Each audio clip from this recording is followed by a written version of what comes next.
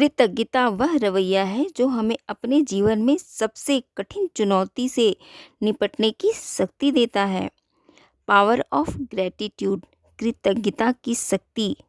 कुछ ऐसे शब्द हैं जिसे बोलकर इस शक्ति को हम पा सकते हैं, जैसे एहसानमंद, शुक्रगुजारी, धन्यवाद, थैंक यू।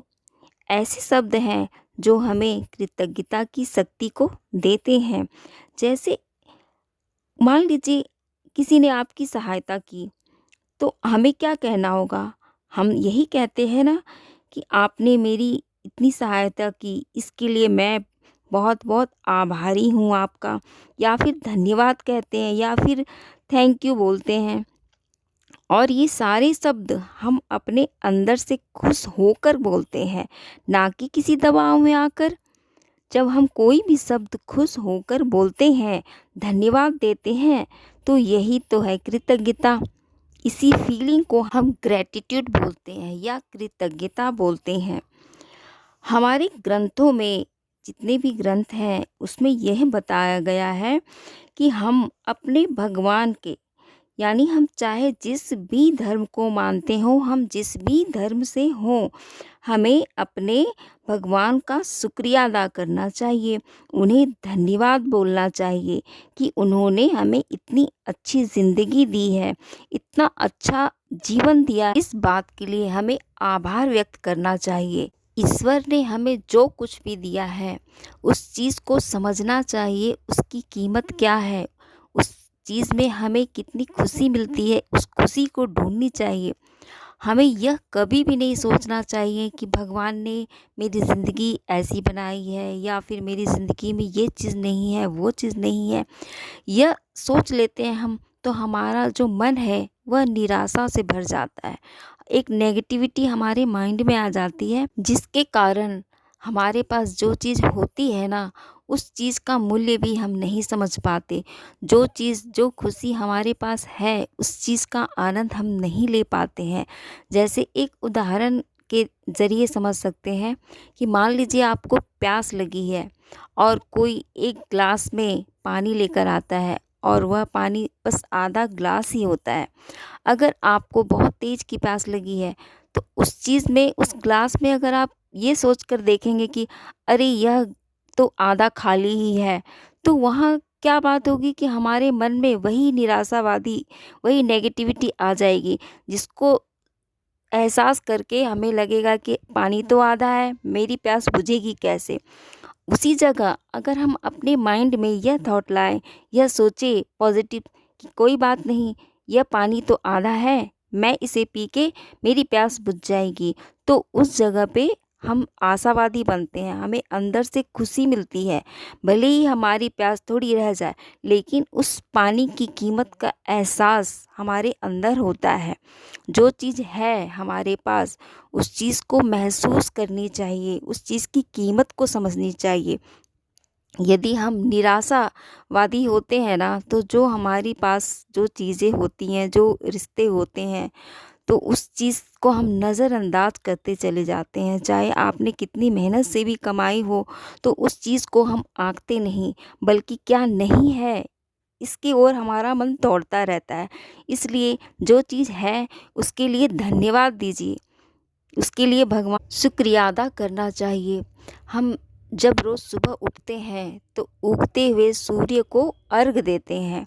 यह अर्घ देना एक तो तेज है कि जो सूर्य भगवान की तेज है वह हमारे तक आती है, और उनकी तरह चमकना हमारी भी ज़िंदगी का एक उद्देश्य होना चाहिए।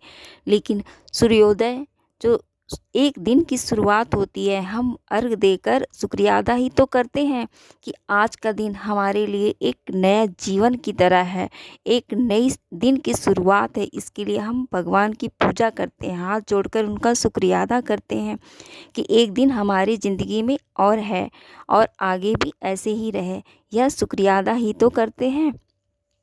पहले के ज़माने में, या आपने देखा होगा गाँव में अब भी ये प्रचलन है, हमारे दादा परदादा जो हुआ करते थे, जब उनके सामने खाने की थाली रखी जाती थी, तो वह क्या करते थे कि अंजलि में पानी भरकर उस थाली का आचमन करते थे, उसके बाद नमस्कार करके फिर खाना खाते थे। यह क्या है? धन्यवाद है उस अन्न का जो भगवान ने उन्हें दिया है। इसका मतलब यही है कि हमें हर चीज़ का आभार व्यक्त करना चाहिए। जो चीज़ हमारे पास है तभी उस चीज़ की कीमत हम समझ पाएंगे। हमारे अनुसार चाहे हमारे पास जॉब ना हो, पैसे ना हो, उसके बावजूद भी हमें उस चीज़ का शुक्रिया अदा ज़रूर करना चाहिए जो चीज़ हमारे पास है।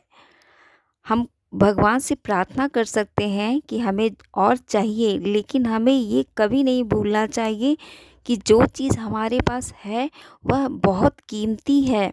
हमें आशावादी होना चाहिए।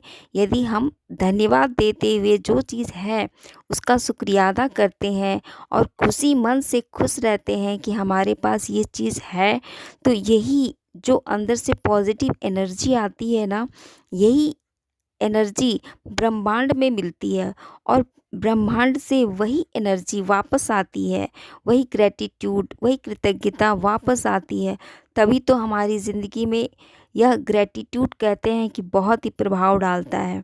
जैसा हम सोचते हैं वही चीज़ हमें वापस भी मिलती है। तो हमें हर चीज़ का धन्यवाद ज़रूर देना चाहिए।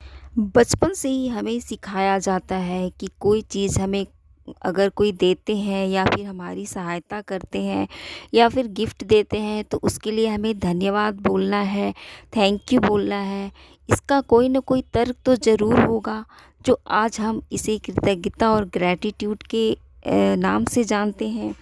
और यही चीज़ है जो हमें खुशी प्रदान करती है, खुशी देती है, हमें अंदर से खुशी देती है, जिसके कारण जो थैंक यू बोलते हैं उन्हें भी खुशी मिलती है और जो सुनते हैं उन्हें भी खुशी मिलती है। दोनों पक्ष खुश रहते हैं। बस एक थैंक यू, धन्यवाद, इस शब्द से ही दो पक्ष अगर खुश हो जाए तो इससे अच्छी बात और क्या हो सकती है। कहते हैं ना, जैसी दृष्टि वैसी ही सृष्टि। जैसा हमारा नज़रिया होता है वही चीज़ हमें मिलता है, वही उसी के अनुरूप ही हमें हर चीज़ दिखती है। अगर हम पॉजिटिव रहते हैं और किसी चीज़ में हम खुशी ढूंढते हैं तो हमें वह पॉजिटिव एनर्जी मिलती है और यही पॉजिटिव एनर्जी जो है ब्रह्मांड से टकराती है। हमारी विशेष जो होती हैं वह ब्रह्मांड से टकराती है, यूनिवर्स से टकराती है और वैसी ही एनर्जी हमें वापस मिलती है। यदि किसी से हम खुश मिजाज होकर मिलते हैं तो अगला जो होता है वो भी हमें स्माइल कर कर ही देता है, जिससे हमारे अंदर खुशी भर जाती है। आपके पास जो भी चीज़ है उस चीज़ को सराहिए, उस चीज़ के लिए धन्यवाद बोलिए, उसकी कीमत समझिए। जब हमें थैंक यू, धन्यवाद, शुक्रगुजार और आभार बोलने की आदत पड़ जाएगी तो हम आशावादी होते जाएंगे और यही आशावादी विचार हमें ग्रैटिट्यूड के रूप में मिलेगी, जिससे हमारे सारे काम बनते चले जाएंगे। तो आप भी अपनी लाइफ में ग्रैटिट्यूड की पावर को समझिए और अपनी लाइफ को बेहतर बनाइए। जिन्होंने भी मेरी बातों को सुना है, मेरी वीडियो यहाँ तक देखी है, उसके लिए बहुत बहुत thank you, thank you, thank you.